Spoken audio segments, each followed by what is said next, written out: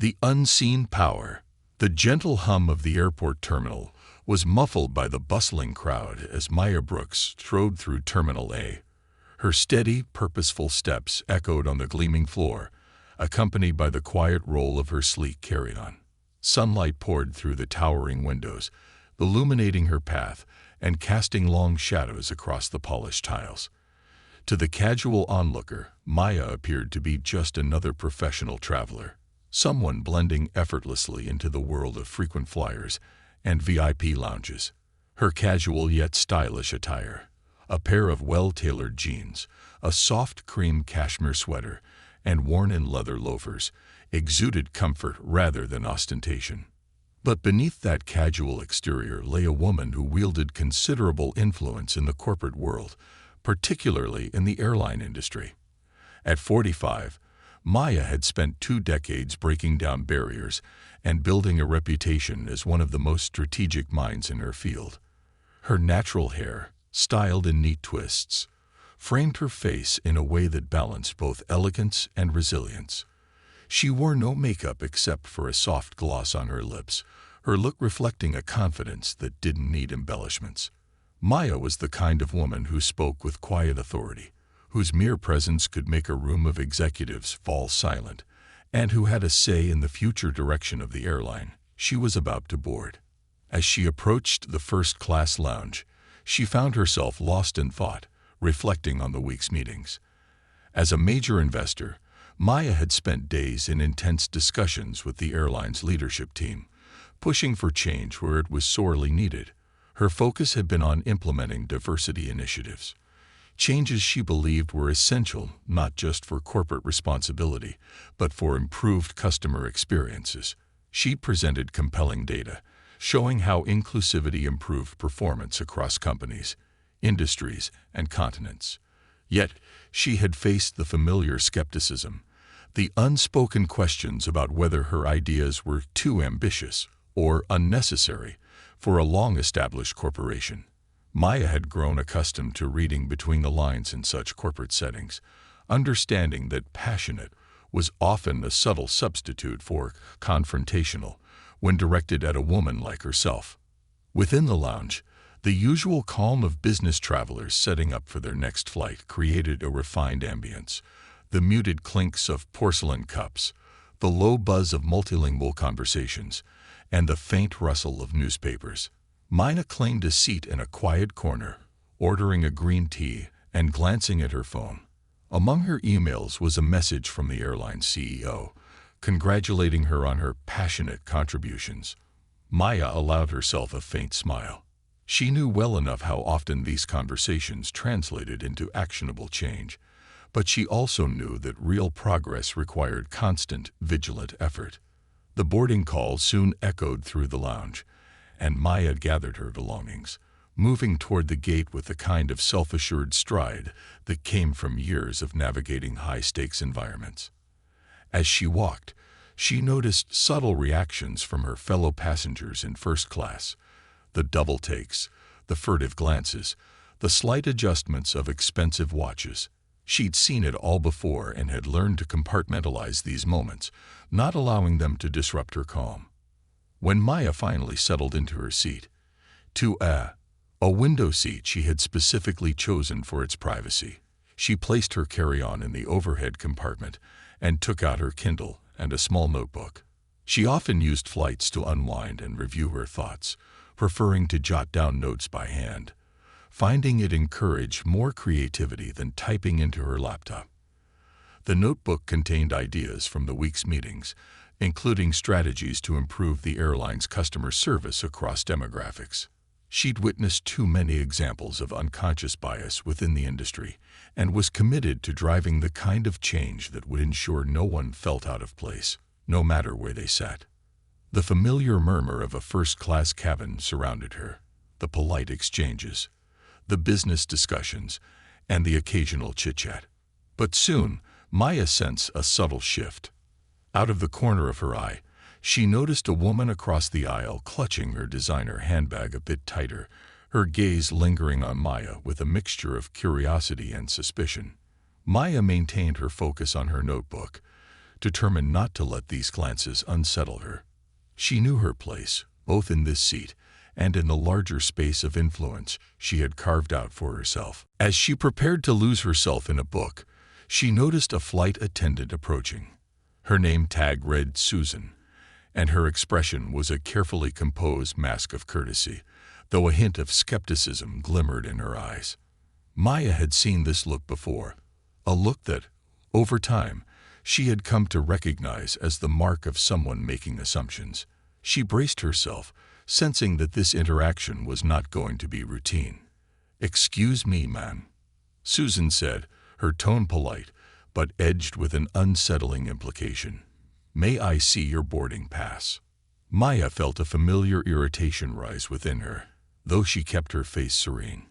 She handed over her boarding pass, her movements deliberate, silently reminding herself to remain calm. This was a moment she'd experienced too often in her career, a test of her patience, her professionalism, her right to belong. Susan examined the boarding pass, scrutinizing it with the intensity one might reserve for counterfeit bills.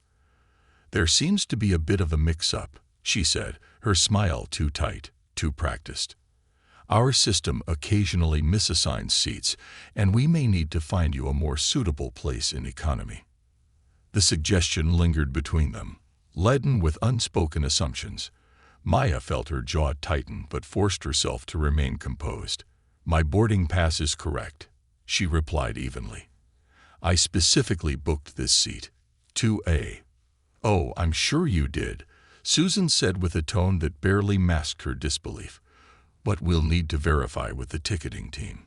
This will only take a moment." Maya watched as Susan walked away, her boarding pass in hand.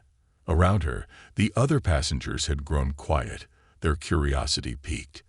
A young man in a hoodie, tapping furiously at his phone, had paused to watch the scene unfold, and an elegant older woman observed openly, her expression a blend of curiosity and something that could have been sympathy.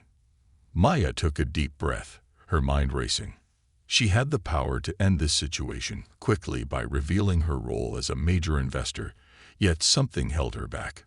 This was the very kind of interaction she'd been discussing all week in the boardroom, the unconscious biases, the need for change. As much as she wanted to simply assert her position, another part of her wanted to let the situation play out, to see if the airline staff could recognize and address the issue without her intervention. As she glanced around the cabin, her gaze met that of a young black flight attendant standing at the galley. In the brief, silent exchange, Maya saw an understanding, an unspoken acknowledgement of the shared experience they both carried. It was a moment of solidarity, a reminder of the challenges that both of them faced, even in the spaces they rightfully occupied. Outside her window, the morning sky was beginning to lighten as the airport's ground crew prepared for departure. Maya checked her watch, noting the delay. She sensed that the impatience of the other passengers had less to do with any concern for her and more to do with their own schedules. After a few minutes, Susan returned, but this time she was not alone. Beside her stood a man in a dark suit, wearing a badge that identified him as a supervisor. He was tall, with a carefully neutral expression that spoke of experience in managing escalations.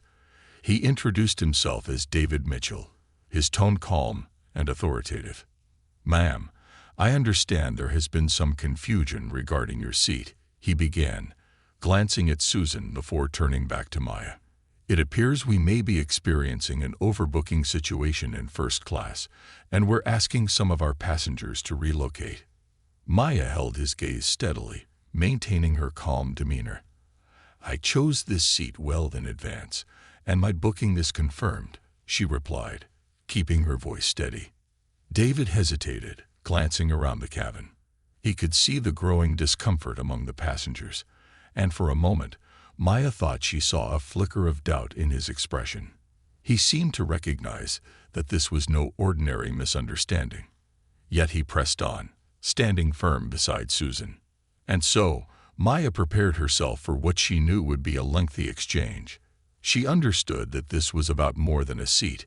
It was a battle for the respect she had earned and an opportunity to reveal the deeper systemic issues that plagued the very company she had invested in. In her mind, the stakes were now far higher than just a seat assignment.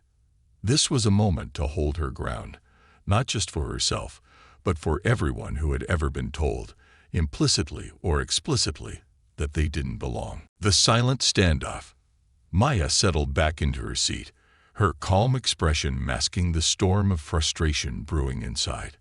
The supervisor, David Mitchell, stood in the aisle, his stance both polite and authoritative, a posture that conveyed he was used to handling high-stress situations.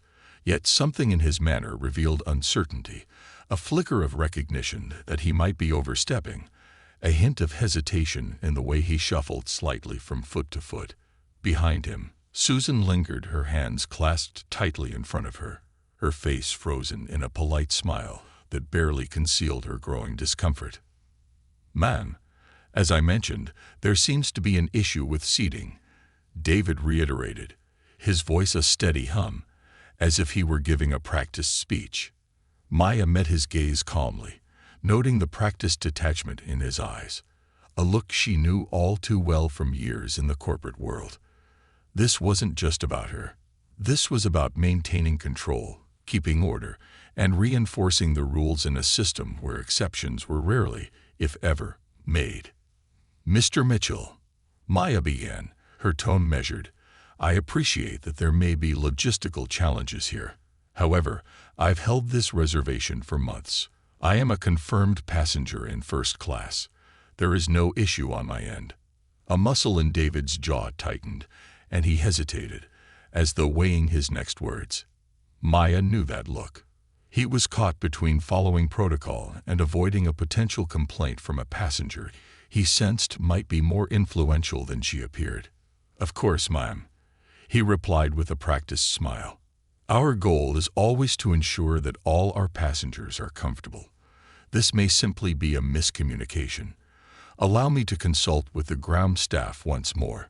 He gestured for Susan to follow him, and together they walked toward the front of the cabin, their heads close in quiet discussion. Maya could feel the eyes of the other passengers around her. The tech entrepreneur in the hoodie had his phone angled discreetly, possibly recording the interaction.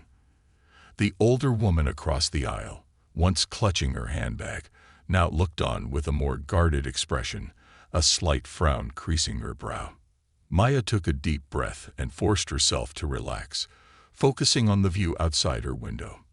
A part of her itched to reveal her position, to simply end this interaction by mentioning her investor status. But another, stronger part of her resisted. This was a test, not just of her patience, but of the very policies she had been advocating to change. If she relented now, she knew her work over the last few years, her efforts to improve inclusivity and customer experience, would ring hollow. The scene outside was one of methodical, almost tranquil efficiency. The ground crew moved with practiced grace as they prepared the plane for departure. Bright orange vests flashed against the morning sunlight, while the white and silver wings of the aircraft glinted, seeming almost to mirror her own quiet determination. After what felt like an eternity, David and Susan returned. This time, David's expression held a new firmness, as though he had resolved to stick to a script, no matter the consequences. "Ms. Brooks," he began, glancing at her boarding pass as if to confirm her name, "we understand that you have a confirmed seat here in first class, but due to unforeseen circumstances, we are asking certain passengers to relocate. This decision was not made lightly, and I assure you that we will ensure your comfort in another area of the cabin." Maya's fingers tightened around the armrest, though her expression remained impassive. She could feel her pulse quicken, a familiar anger simmering beneath her calm demeanor. She'd heard these words too many times in different forms, polite, measured dismissals from people who underestimated her. "I'm sure you will understand," she replied, her voice smooth and unwavering, "that I will not be relocating. I paid for this seat, and I intend to keep it." David's face stiffened slightly, and Susan took a small step backward, as though sensing that this interaction was about to escalate. For the first time, a few nearby passengers seemed openly uncomfortable, shifting in their seats, averting their gazes. The man in the hoodie had lowered his phone slightly, looking more directly at Maya, as though sensing that this was no ordinary passenger dispute. A flicker of hesitation crossed David's face, and Maya seized the moment. "Mr. Mitchell," she continued, her tone soft but firm, "perhaps you're unaware, but I am one of the airline's major investors. I've been working directly with your executive team on these very issues. I've been advocating for customer experience improvements and equitable treatment in every cabin, for every passenger. My work, in fact, is what led me to invest in this airline in the first place." A ripple of surprise crossed David's face, and even Susan seemed momentarily caught off guard, her carefully composed expression faltering. I see," David replied, his voice slightly unsteady. He exchanged a quick glance with Susan, clearly recalculating his approach. "Thank you for sharing that. Ms. Brooks, if you'll allow us just a moment, I will ensure there's no further issue with your seating." He moved to step away, but Maya stopped him with a raised hand. "Actually, Mr. Mitchell," she said, leaning forward slightly, her eyes fixed on his, "I would like to know why I was singled out for relocation in the first place. There are several other passengers in this cabin. I don't believe I saw anyone else asked to move." David opened his mouth, clearly at a loss for words, but before he could respond, another voice interrupted. "If I may," said the tech entrepreneur in the hoodie, raising his hand slightly, "I'd be happy to switch seats with Ms. Brooks. Economy sounds fine to me." He glanced at Maya with a small, supportive nod, his expression friendly and genuine. Maya smiled at him, touched by his gesture, though she knew this wasn't about a single act of kindness. It was about addressing the broader, systemic issues that had led to this moment. She looked back at David, waiting for his response, her silence underscoring the tension. David finally sighed, seeming to sense that he was out of his depth. "Ms. Brooks, we apologize for the misunderstanding," he said, his tone formal but subdued. "Please remain in your seat. There will be no further disturbances." He inclined his head in a small bow of acknowledgement, and Susan, clearly flustered, followed suit before retreating to the galley. The murmurs around the cabin subsided, and Maya felt the tension ease slightly. She glanced at the tech entrepreneur, who offered a small nod before returning to his phone, and then she settled back into her seat. Yet the incident left a lingering discomfort in the air, a sense of unease that was palpable, as though everyone in the cabin had witnessed something significant, though few would likely understand its depth. Maya opened her notebook once more, but this time she wasn't focused on her business notes. Instead, she began to write down her thoughts on the interaction she had just experienced. This was exactly the kind of scenario she had been pushing the board to address, a reminder that no amount of corporate training or policy could fully eradicate unconscious bias. True change, she knew, required relentless, uncomfortable conversations and a willingness to confront one's own assumptions. Her thoughts turned to the young black flight attendant she had noticed earlier. She made a mental note to reach out to her after the flight if possible. There was a sense of solidarity there, a shared experience that could serve as a catalyst for the kinds of changes she had been championing. As the plane began to taxi down the runway, Maya closed her notebook and looked out the window, watching the airport shrink as they ascended. She knew that her work was far from over. If anything, this incident had only strengthened her resolve to push harder, to demand more from the airline and its leadership. It was a reminder of why she had invested, why she had chosen this industry despite the challenges it posed. She was determined to use her influence to create an environment where everyone, regardless of background or appearance, felt a true sense of belonging.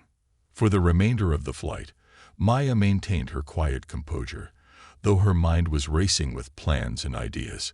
She would follow up with the airline's leadership team directly, recounting the incident and making it clear that this was exactly why she had been advocating for a more inclusive customer experience, and perhaps, if she were lucky, the board would finally recognize the necessity of her vision.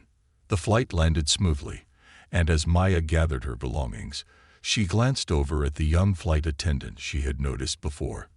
Their eyes met, and Maya offered a small nod, a gesture of encouragement and shared strength. The young woman returned the nod, her expression one of quiet appreciation. As Maya stepped off the plane, she felt a renewed sense of purpose. This wasn't just about a seat in first class. This was about changing the very foundation of an industry, ensuring that dignity and respect were granted to every passenger, no matter where they sat. And Maya was prepared to do whatever it took to see that vision realized. A conversation that changed everything. As Maya stepped off the plane and made her way through the bustling airport terminal, the tension from the flight lingered like an unwelcome shadow. The incident had weighed on her, a reminder of the barriers that still existed, even in spaces she had invested in and shaped. But Maya was nothing if not resilient. She had faced worse obstacles before, and had never once backed down. Her commitment to this airline was fueled by a vision, and she knew this journey was far from over.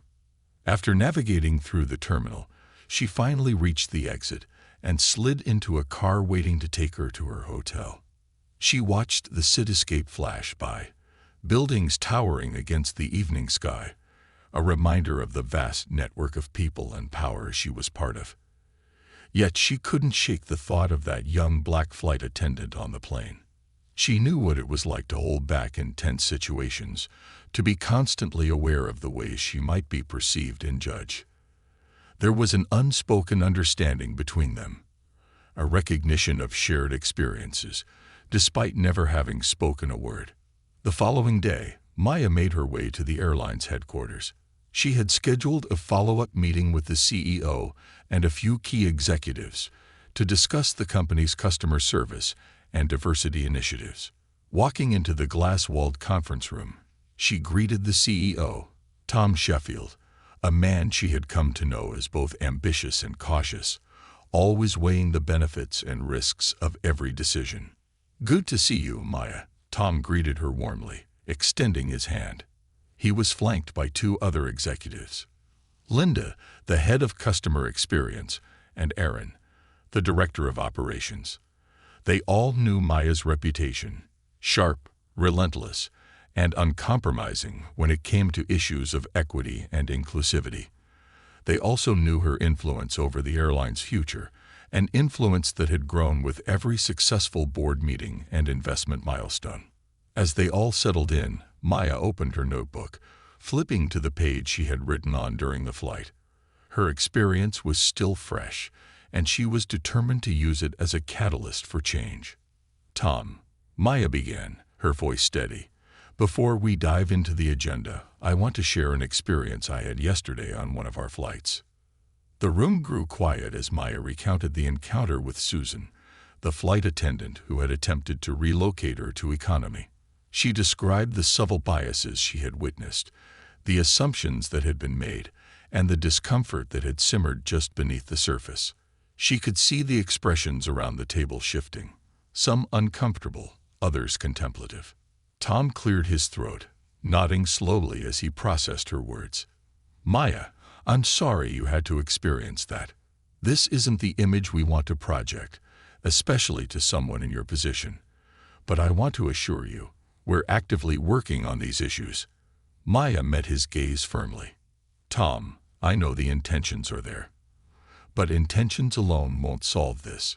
We need deeper changes, policy changes, training enhancements, and perhaps most importantly, a shift in company culture. We can't just rely on workshops or seminars. This has to be ingrained into every aspect of our operations." Linda, the head of customer experience, leaned forward, her brow furrowed in thought. "What specific changes are you envisioning, Maya?" Maya took a deep breath, gathering her thoughts. "First, we need to enhance our training. Current programs aren't enough. We need something immersive, something that helps our employees truly understand the diverse experiences of our passengers. They need to be equipped to recognize and dismantle their own biases. And it's not just frontline staff. It's everyone from top to bottom. She paused, gauging their reactions, then continued. Second, I propose we implement an anonymous feedback system where employees and passengers can report incidents of discrimination or bias without fear of retaliation. This gives us real, unfiltered data on where we're falling short. Tom nodded, taking notes. That sounds reasonable. But are you suggesting we make these policies mandatory? There may be resistance, especially among employees who feel these programs are accusatory. Maya held his gaze. Tom, we can't let a few uncomfortable conversations deter us from doing what's right. Change is rarely easy, but it's necessary. This is about creating a culture where everyone feels respected and valued. We're at a critical point, and if we don't take action now, we risk losing not only customer trust, but also the loyalty of employees who want to work in an inclusive environment. Aaron, the director of operations, looked thoughtful. I've seen firsthand how these biases can play out, especially on international routes. The cultural assumptions our staff sometimes make, intentionally or not, can create real damage. I support what you're suggesting. Maya. Maya nodded, grateful for his support. We also need to consider the impact of representation. I noticed there was only one black flight attendant on my flight. She was young, and it was clear she felt conflicted about the situation. I can only imagine how isolating it is for her, and others like her, to navigate such a challenging environment. Increasing diversity within our teams will help foster a sense of belonging. Linda scribbled down notes, her expression thoughtful. That's a powerful point, Maya. Representation at every level, not just on the front lines, sends a message to both employees and customers. As the meeting continued, Maya could feel the momentum building. Tom seemed genuinely receptive, occasionally interjecting with questions or asking for clarification. For the first time, she sensed a shift, a real willingness to listen and perhaps to act. They discussed everything from policy changes to recruitment strategies, mapping out a plan that felt more concrete, more actionable than anything Maya had encountered before. By the time they wrapped up, Maya felt a cautious sense of optimism. The meeting hadn't solved everything, but it was a start, a small victory in a much larger battle. As she was about to leave, Tom stopped her. Maya, if you have time, I'd like you to meet someone, he said, gesturing toward the hallway. Curious, Maya followed him down the corridor, where they entered a small break room. Sitting at a table, clearly on a break, was the young black flight attendant from her flight. She looked up in surprise as they entered, her eyes widening as she recognized Maya. This is Kara, Tom said, smiling warmly. She's been with us for about a year now. When I heard about your experience, I thought it might be a good idea for the two of you to connect. Maya offered Kara a warm smile, extending her hand. It's a pleasure to meet you, Kara. Kara shook her hand, her expression a mixture of surprise and admiration. Ms. Brooks, I didn't expect to see you here. Please, call me Maya, she replied, taking a seat across from her. I wanted to thank you. I noticed you during the flight yesterday, and I could tell you understood what was happening. Kara glanced down, looking slightly embarrassed. I wanted to help, but I didn't know how. It's hard, you know, being the only one. Sometimes I feel like I have to keep my head down, just to avoid trouble. Maya nodded, understanding. I know it's not easy. I've been in your shoes. But that's exactly why we're here today, to make things better. Your presence on that flight made a difference, even if it didn't seem like it at the time. And moving forward, I want to make sure you, and others like you, don't feel so alone. Kara's eyes brightened with a glimmer of hope. Thank you, Maya. It means a lot to hear that from someone like you. As they continued talking, Maya learned more about Kara's experiences, the subtle slights, the difficult interactions, the moments of solidarity she shared with other passengers of color. Kara's stories were a powerful reminder of why Maya had committed herself to this mission in the first place.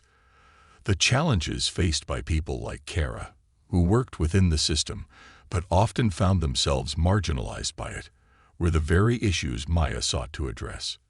When their conversation ended, Maya felt a renewed sense of purpose. She knew that real change was still a long way off. But now, it felt more attainable, more within reach. As she left the break room, she couldn't help but think that perhaps in Kira, she had found an ally. Someone who understood, on a personal level, the importance of the work ahead. Leaving the headquarters, Maya stepped out into the crisp air, her mind buzzing with plans. She would follow up with Tom, ensure the initiatives they had discussed were implemented, and keep pushing for systemic changes. But she also felt a new responsibility, a personal commitment to Kiara and the countless others like her, who needed to see that change was possible, that there were people in power willing to fight for them. For Maya, this wasn't just about the airline anymore. It was about building a legacy, a foundation upon which future generations could stand tall, knowing they belonged in every space, every seat, no matter the cabin or the company. As she walked away from the building, her steps were lighter, her heart resolved. Maya had faced battles like this her whole life, but now she felt more determined than ever. With allies like Kara and support within the company, she knew they could break through the barriers and create an airline that truly represented everyone. And with each small step, each difficult conversation, she was one step closer to making that vision a reality. The turning point. A few weeks had passed since Maya's conversation with Kara and the intense meeting with the airline's leadership. Maya returned to her usual routine, dividing her time between high-stakes board meetings and consultations with other companies. Yet the incident on the plane remained at the forefront of her thoughts, shaping the direction of every interaction she had with the airline's executives. She knew change would take time, but her patience had limits. She needed to see action. Then, one morning, Maya's phone buzzed with a notification, a company-wide memo from the CEO, Tom Sheffield. She opened it with a mix of curiosity and anticipation, hoping it would address some of the initiatives they had discussed. Her eyes scanned the opening lines, her heart skipping a beat as she realized what she was reading. Tom had issued a mandate for a new inclusivity initiative, one that encompassed extensive bias training, a reporting system for incidents, and an internal mentorship program aimed at retaining diverse talent. It was more comprehensive than she'd anticipated, touching every corner of the company, from frontline staff to executives. The email outlined a 6-month rollout plan, with Maya named as a key advisor. Maya sat back in her chair, a satisfied smile spreading across her face. The words on the screen were more than corporate jargon. They were a concrete acknowledgement of the issues she had raised. She was finally witnessing the beginnings of the culture shift she had envisioned, but she knew this was only the first step. She would have to follow up at every turn, ensuring that these words translated into real, tangible changes. Later that day, Tom called her directly. "Maya, I wanted you to be the first to know about the rollout," he said. His tone held a note of pride, but also a hint of trepidation, as if he were still adjusting to the gravity of the change. "I want you to be involved every step of the way. You've already helped shape so much of this plan." "Thank you, Tom," Maya replied, her voice steady but warm. "I'm glad to see the initiative moving forward. It's a big step. But remember, this is only the beginning. There will be challenges, resistance even. But I believe we're headed in the right direction." Tom hesitated. "Yes, I've already heard some grumbles from certain departments. They're concerned about the additional training and oversight." Maya nodded, though he couldn't see her. "Change is rarely easy, Tom. But the benefits will outweigh the initial discomfort.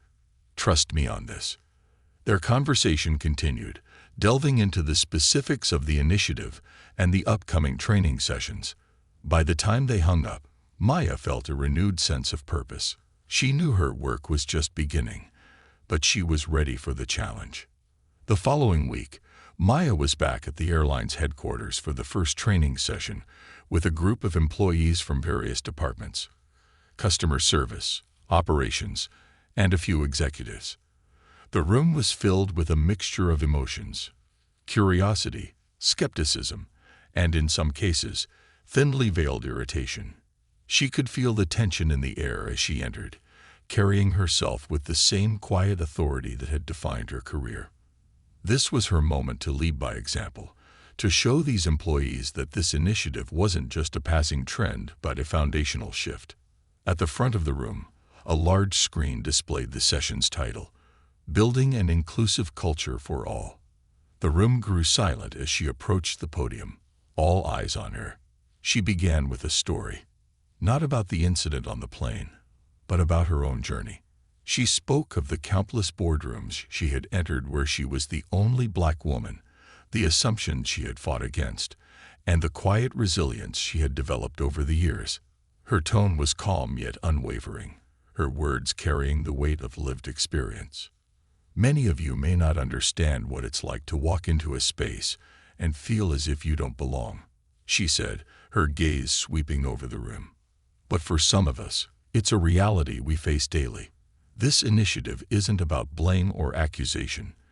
It's about creating a culture where every passenger, every employee, feels respected and valued. It's about understanding that the small things, how you look at someone, how you speak to them, the assumptions you make, can have a profound impact. As she spoke, she could see the subtle shifts in people's expressions. Some were nodding, others looked away, but a few, particularly the younger employees, seemed visibly moved. They were listening, truly listening, and Maya knew that was the first step. After her talk, the room split into smaller groups for discussions. Maya moved among them, listening as people shared their thoughts, their own stories, and in some cases, their discomfort with the topic. A man from operations admitted he hadn't realized how biased some of his actions might appear. A flight attendant, a middle-aged woman with graying hair, shared her own challenges with stereotyping passengers and the assumptions she had been conditioned to make. In one corner of the room, Maya noticed Kara, the young black flight attendant she had met weeks earlier. Kara was leading a group discussion with a mix of confidence and vulnerability, sharing the microaggressions she had experienced and how they had affected her sense of belonging in the company. The other employees in her group listened intently, some nodding in agreement, others looking visibly uncomfortable. After the session ended, Maya approached Kara, a warm smile on her face. "You did an excellent job leading that discussion," she said. "It takes courage to share your experiences like that." Kara smiled, a mixture of pride and relief in her eyes. "Thank you, Maya. I wasn't sure how people would react, but it felt good to finally speak up.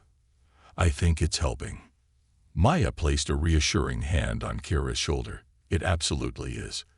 Don't underestimate the impact of your voice. You're helping others see what they might never have considered before." As the days went on, Maya immersed herself in the initiative, attending each session, providing feedback, and encouraging employees to embrace the changes. The work was exhausting, but she found herself energized by the progress. Small victories began to emerge. Flight attendants openly sharing their biases, ground staff discussing how they could make the boarding process more welcoming, even executives expressing a willingness to adapt. Several months later, the initiative had become a core part of the airline's culture. Employee feedback forms revealed a significant shift in attitudes, with many expressing gratitude for the opportunity to learn and grow. The reporting system was in full swing, and while there were some complaints, the majority were constructive, leading to meaningful changes in how staff interacted with each other and with passengers. One day, Maya received an unexpected email. It was from Susan, the flight attendant who had attempted to move her to economy on that fateful flight. The email was brief but sincere. Subject: Apology and Gratitude. Message: Dear Ms. Brooks, I wanted to reach out and thank you for the work you've done. I realize now that my actions on that flight were influenced by assumptions I had never questioned. I apologize if I made you feel unwelcome or disrespected. This training has opened my eyes, and I am grateful for the chance to grow. I hope to treat every passenger with the respect they deserve moving forward. Best regards, Susan. Maya read the email twice, a small smile playing on her lips. Susan's words, though simple, represented the very change she had been fighting for. It was a reminder that, while the journey toward inclusivity was difficult, it was not impossible. People could change. They just needed the opportunity, the knowledge, and sometimes a push in the right direction. Weeks later, Maya found herself on another flight, settling into her seat in first class. She glanced around, noticing subtle changes in the cabin's atmosphere. Flight attendants moved with a new sense of purpose, greeting each passenger warmly, their demeanor reflecting the training and insights Maya had helped instill. Even the passengers seemed more at ease, the usual tension in first class replaced by a more relaxed, welcoming vibe. As the plane prepared for takeoff, Maya noticed Kiara approaching her seat, a wide smile on her face. She was now one of the lead flight attendants, having recently been promoted, a testament to her hard work and resilience. She stopped beside Maya, her smile brimming with gratitude. "Maya, I just wanted to say thank you," she said softly, "for everything. You've made such a difference here. We all feel it." Maya reached for Kara's hand, giving it a gentle squeeze. "Thank you, Kara. But remember, you're part of this change too. Your courage, your willingness to speak up, it's made a real impact." Kira nodded, her eyes shining. "I'm proud to be part of it, and I'm excited for what's next." As Kara moved to assist another passenger, Maya leaned back, a profound sense of fulfillment settling over her. She had spent years fighting for spaces where people like Kara, and people like herself, could feel valued and respected. This airline was just one battleground, but it was a victory she would cherish. Looking out the window, Maya watched as the runway stretched out before them. The engines roared to life, and the plane lifted off, climbing steadily into the sky. She knew her journey was far from over, that there were other industries, other companies where this same work was desperately needed. But for now, she allowed herself a moment of peace, knowing that here, on this flight, she had helped create a space where everyone belonged. The city below faded into a patchwork of lights as they ascended, a reminder of all the lives she had touched, the ripple effects of her work spreading across the world.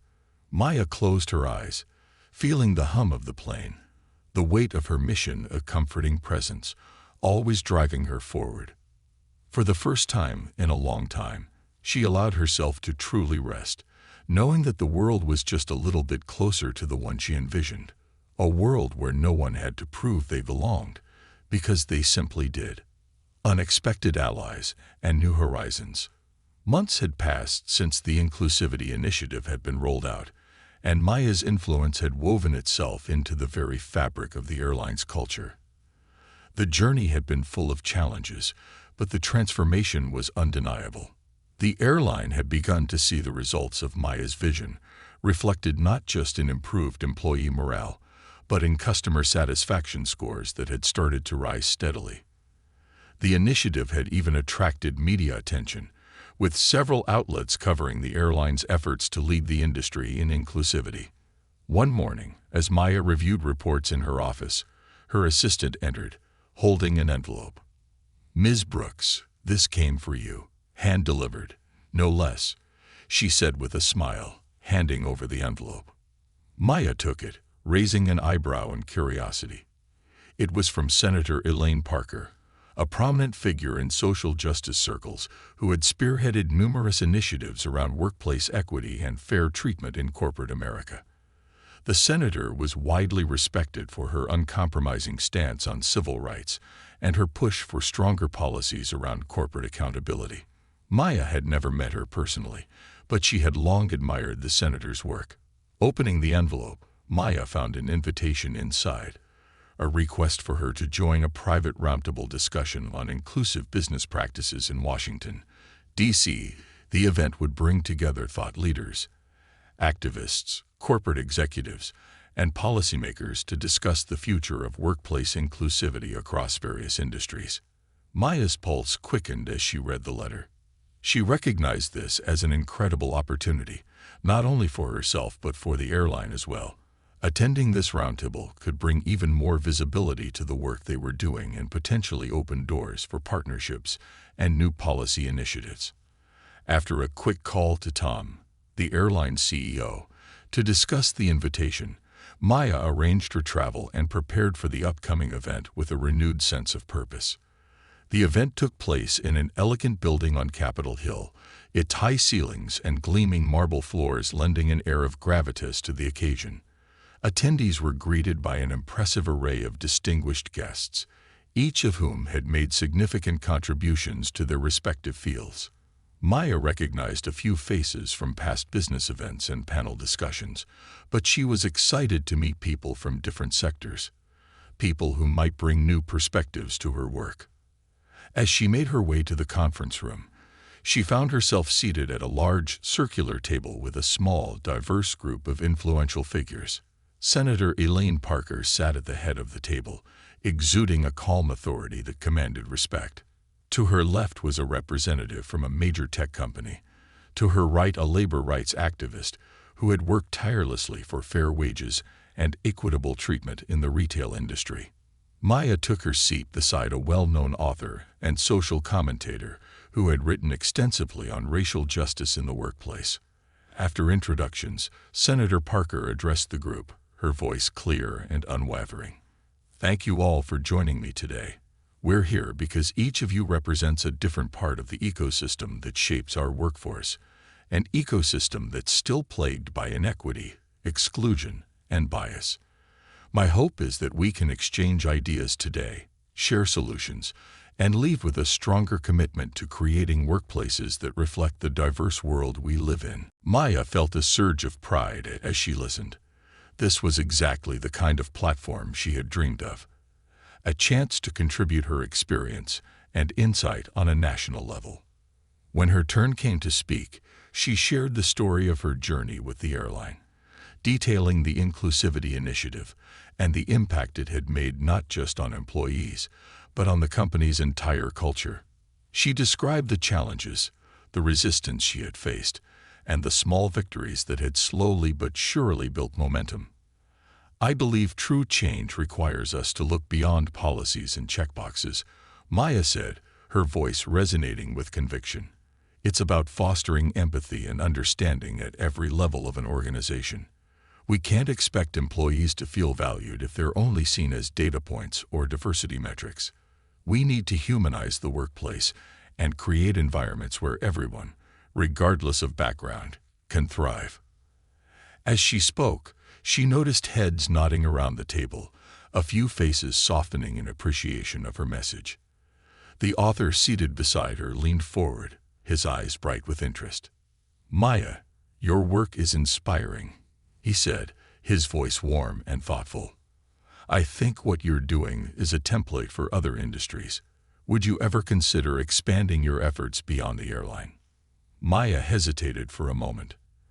The airline had been her primary focus, her personal mission, but the thought of bringing her work to a broader audience had crossed her mind. She glanced around the table, seeing the same curiosity and enthusiasm reflected in the eyes of her fellow attendees. "Honestly," she replied, "I would love to. I believe these practices can be applied across sectors, and I've been giving serious thought to consulting with other companies. There's a real need out there, and I want to help drive this change wherever I can." The labor rights activist nodded, a fierce gleam in her eyes. "Our world needs more people like you, Maya. I've been fighting for these issues in retail for years, and seeing what you've accomplished in such a short time is a testament to what's possible when people with power truly care." Senator Parker spoke up, a thoughtful smile on her face. "Maya, I hope you realize that you're already a leader in this space. If you're open to it, I'd like to work with you on a broader initiative.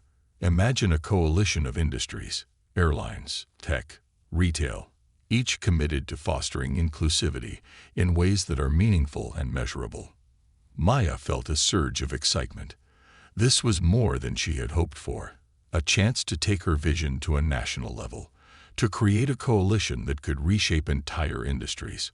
She glanced at the others around the table, seeing in their faces the same desire for change. "I would be honored, Senator," she replied, her voice steady but full of emotion. "This is exactly the kind of collaboration I believe in. Let's make it happen." Over the next few months, Maya found herself immersed in a whirlwind of meetings, strategy sessions, and events as part of the newly formed Workplace Inclusivity Coalition. The coalition brought together companies and activists from various industries, united by a common goal: to create workplaces that truly reflected and respected diversity in all its forms. Maya's role evolved quickly. She became a trusted advisor to CEOs and executives across multiple sectors, conducting workshops and designing training programs that emphasized the human element of inclusivity. She shared stories, highlighted data, and provided concrete steps companies could take to foster empathy, reduce bias, and create supportive environments for all employees. One afternoon, during a workshop at a major tech company, Maya found herself in a lively discussion with a group of engineers. They were young, innovative, and passionate, yet many of them admitted they had never considered the impact of bias in their field. "How can we make a difference?" asked one of the engineers, a young woman with wide, curious eyes. "We're just programmers. We don't deal with people directly." Maya smiled, recognizing the earnestness in her question. Inclusivity isn't just about face-to-face interactions. It's about the products you create, the way you design technology, the assumptions you make about the users. Bias can exist in code, in algorithms, in the very tools you build. Think about who might be excluded by the technology you're creating. Ask yourself how you can make it accessible, welcoming, and fair for everyone. The engineer nodded, looking thoughtful. Maya could see the gears turning in her mind, the beginnings of a shift in perspective. These were the moments that fueled her, the small awakenings, the realizations that could lead to a cascade of changes. As her work with the coalition expanded, so did her impact. Reports began to emerge showing measurable improvements in employee satisfaction, productivity, and retention rates at companies that had embraced the coalition's guidelines. Maya's name became synonymous with inclusivity and empathy-driven leadership, and she was soon invited to speak at conferences and events around the world. Yet, despite her newfound prominence, Maya remained grounded. She continued to check in with the airline, ensuring that the initiatives she had started were still thriving. She stayed in close contact with Kara, who had become a rising star in the company and a mentor to new flight attendants. Seeing Kara flourish, seeing the airline's culture continue to shift, was a reminder of where it all began. One day, Maya received a call from Kara, who was now leading her own team of flight attendants and training new recruits on inclusive customer service. "Maya, I wanted to let you know that I'm presenting at a company conference next month," Kara said, her voice brimming with excitement. "I'm talking about the Inclusivity Initiative and sharing my journey. I wanted to thank you. You inspired all of this." Maya felt a swell of pride, her voice warm with encouragement. "Kara, you're the one who took the first step. You spoke up, you shared your experiences, and now you're inspiring others. I'm so proud of you." As Maya hung up, she felt a deep sense of fulfillment. Her work had come full circle, creating ripples of change that extended far beyond her initial goals. She had seen people grow, industries evolve, and entire organizations transform. For the first time, Maya allowed herself to consider a new horizon. She had achieved more than she had ever dreamed possible, and she knew her work was far from over. But she also knew that, in Kiara and countless others, she had found allies who would carry her vision forward. The world was changing, slowly but surely, and she was ready to embrace whatever came next. Looking out over the cityscape from her office window, Maya took a deep breath, feeling the weight of her journey and the promise of the future. She had paved the way for a new generation, and she knew that, with every step, she was helping to build a world where everyone belonged. A world where no one would ever have to question their right to be seen, heard, and valued. With that thought, she turned back to her desk, ready to continue the work, confident that this was only the beginning of the change she had set in motion. Legacy in motion. Months after Maya had launched the Workplace Inclusivity Coalition, she was in her office, a serene space filled with reminders of her journey. Framed photos lined her shelves, snapshots of moments that had defined her career, awards for her achievements, group photos from coalition workshops, and candid shots with people who had become more than colleagues, more than collaborators. She knew these artifacts represented not just accomplishments but the lives she had touched and the ripple effects of her work. Today, her assistant informed her that she had a visitor, Senator Elaine Parker, the same woman who had first invited her to that life-changing roundtable discussion. The senator entered with her characteristic grace, her presence both commanding and comforting. She extended her hand, smiling warmly. "Maya, it's always a pleasure," the senator said, taking a seat opposite Maya's desk. "I wanted to speak with you in person because I have a proposal, a rather big one." Maya raised an eyebrow, intrigued. "I'm all ears, Senator." The senator leaned forward, her gaze intense but encouraging. "Maya, your work with the coalition has not only changed individual companies, it's set an example for an entire generation. Your efforts have reached the highest levels, and your name is one that now inspires respect and trust. I've been speaking with some of my colleagues in Washington, and we believe it's time to take this movement a step further." Maya listened, her heart beating a little faster. "What would you say to creating a national framework for inclusivity standards?" The senator continued, her voice filled with conviction. "I'm talking about a federal program that could incentivize companies across industries to adopt inclusivity practices. We'd be setting minimum standards for training, representation, fair treatment, and accountability in the workplace." Maya felt a surge of excitement and anticipation. This was beyond anything she'd envisioned. A chance to take her work to a national level, to shape policies that could impact millions of lives.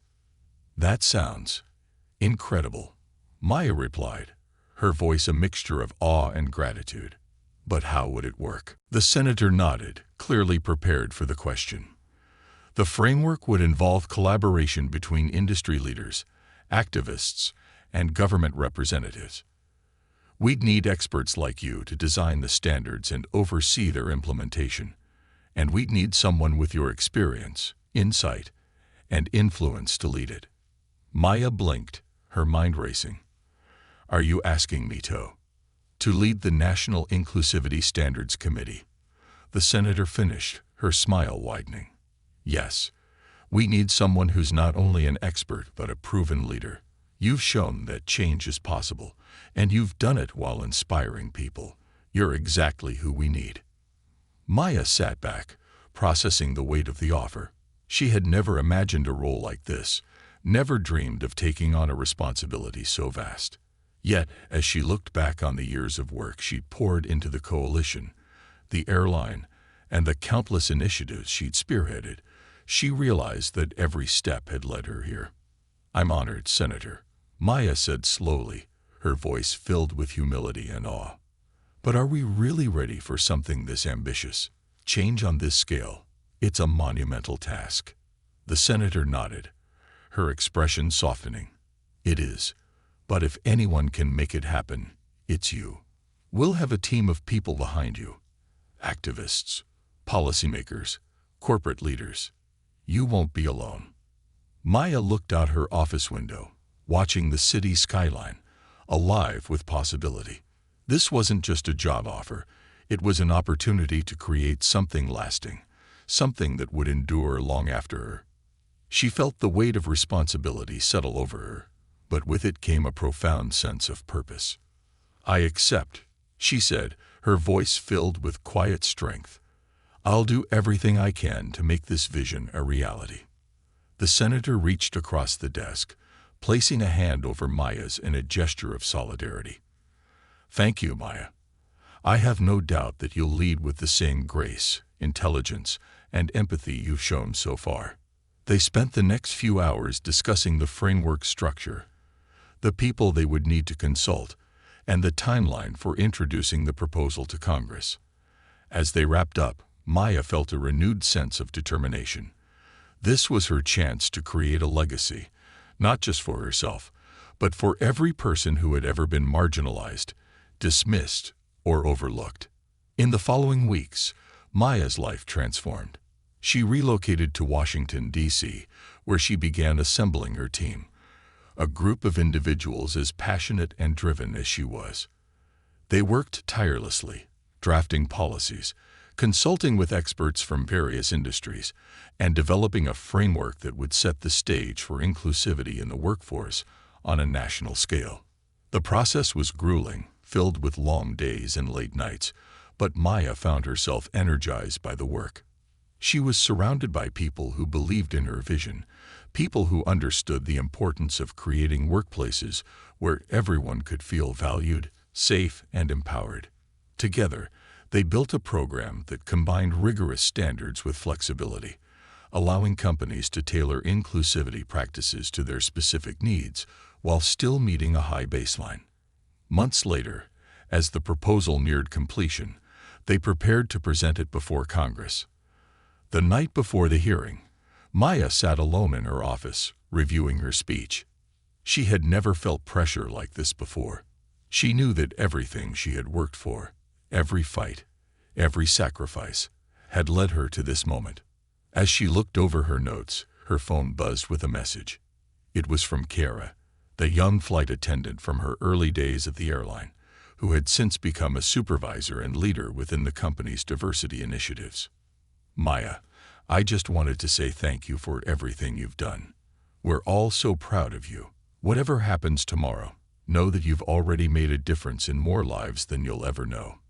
Good luck." Maya's heart swelled with emotion. Kara's words were a reminder of the journey they had shared, the battles they had fought side by side. It was also a reminder of what was truly at stake, not policies or programs, but real people who needed to know they belonged. The next morning, Maya stood before Congress, the weight of her mission pressing down on her, but also lifting her up.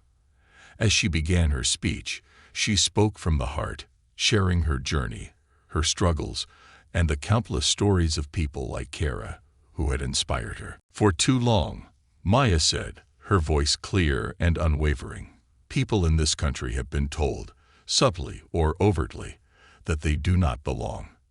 They've been pushed to the margins, forced to navigate spaces that weren't designed with them in mind.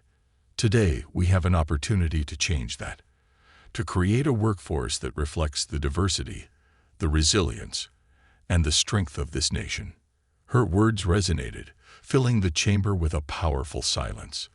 As she concluded her speech, she felt a surge of hope, knowing that she had poured everything she had into this moment.